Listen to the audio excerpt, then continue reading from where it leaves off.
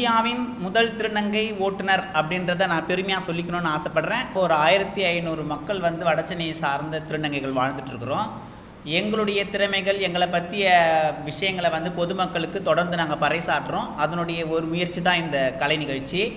இந்த கலை நிகழ்ச்சி வந்து ராஜா அண்ணாமலை மன்றத்தில் 11/12/2015 அன்னைக்கு நடக்க போகுது.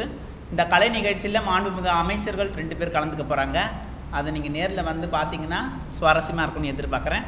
அது மாத்திரம் இல்லாத இந்த கலை நிகழ்ச்சி எங்களுடைய திறமைகள், பொதுவாக வந்து திருநங்கைகள் எல்லாம் வந்து வேலைக்கு போக மாட்டாங்களா அப்படின்ற ஒரு கேள்வி எழுந்துட்டு இருக்குது. வட சென்னையில் பெரும்பாலும் திருநங்கைகள் வந்து சுய தொழில் இருக்கிறாங்க அப்படின்றது உண்மை. அதை பற்றி ஒரு பெரிய பேனர், ஃபோட்டோஸ் பேனர்ஸ் வந்து அங்கே நீங்கள் பார்க்கலாம்.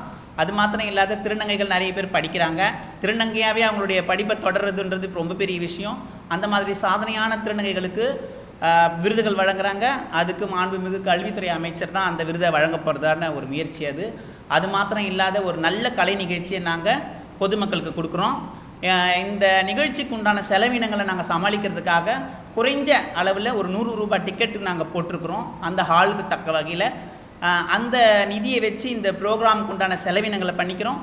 அது மீதி இருக்கிற தொகையை வந்து எங்களுடைய மக்களுடைய நல்ல முயற்சிக்கு செலவினம் பண்ணுறதா எங்களுடைய எதிர்பார்ப்பு இருக்குது.